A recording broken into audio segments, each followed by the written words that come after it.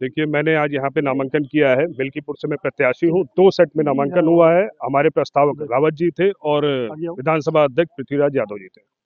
विधानसभा अध्यक्ष विधानसभा अध्यक्ष देखिए, हम लोग की पूरी तैयारी है और हम लोग मिल्कीपुर उपचुनाव जो है बहुत बड़े अंतर से जीतने जा रहे हैं। वैसे तो ये चुनाव पहले ही हो जाना चाहिए था, लेकिन किसी कारणवश ये चुनाव रोका गया और आज मुख्यमंत्री स्वयं इस पे प्रभारी बने हुए हैं। उन्होंने पूरी कैबिनेट भी उतार दी है, लेकिन इसका कोई असर पड़ने वाला नहीं है।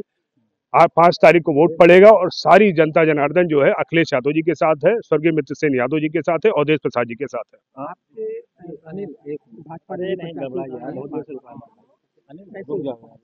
देखिए, मुझे जानकारी मिली है कि कल भारतीय जनता पार्टी ने किसी बाहर के प्रत्याशी को मिल्कीपुर का प्रत्याशी बनाया है।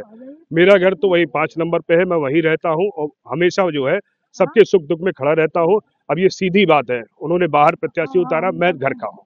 आज समाजवादी पार्टी इंडिया गठबंधन के उम्मीदवार अजीत प्रसाद ने 2 सेट में मिल्कीपुर विधानसभा के उपचुनाव में 2 सेट में नामांकन किया है और नामांकन में हमारे 2 प्रस्तावक, जिसमें हमारे मिल्कीपुर के विधानसभा क्षेत्र के अध्यक्ष सम्मानित साथी भाई पृथ्वीराज जी और दूसरे सम्मानित साथी और जो समाजवादी पार्टी और अनुसूचित जात के मिल्कीपुर के अध्यक्ष हैं सोहनलाल जी, ये प्रस्तावक थे। 2 प्रस्तावक ने प्रस्ताव करके और 2 ने पर्चा दाखिल। और इस अवसर पर समाजवादी पार्टी के हमारे जिला के अध्यक्ष पारसनाथ जी और हमारे अयोध्या के और समाजवादी पार्टी के नेता और जो मंत्री रहे हैं अयोध्या से भाई पवन पांडे जी, आनंद सेन यादव जी, भाई ये हाजी साहब गब्बर जो हमारे बीकापुर से चुनाव लड़े थे, और ये लीलावती कुशवाहा और रोती भाई और अब्बास अली जैदी और ये हमारे वकील साहब मंसूर इलाही और पार्टी के वो सभी और कांग्रेस पार्टी के तमाम कार्यकर्ता, तमाम समर्थक और माननीय सांसद आदरणीय निर्मल खत्री जी भी नामांकन में आए थे। और क्योंकि उनका कुछ स्वास्थ्य में तो वो गाड़ी पे बैठे हैं।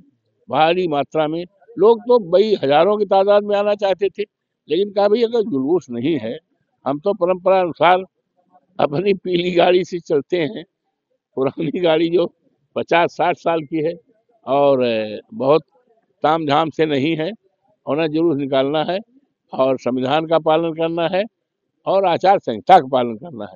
तो उसी हिसाब से और लोगों में बड़ा उत्साह है और किसी लड़ाई को जीतने के लिए फौज में जब जवानों का उत्साह होता है तो ये इंडिकेट करता है कि जीत फतेह है।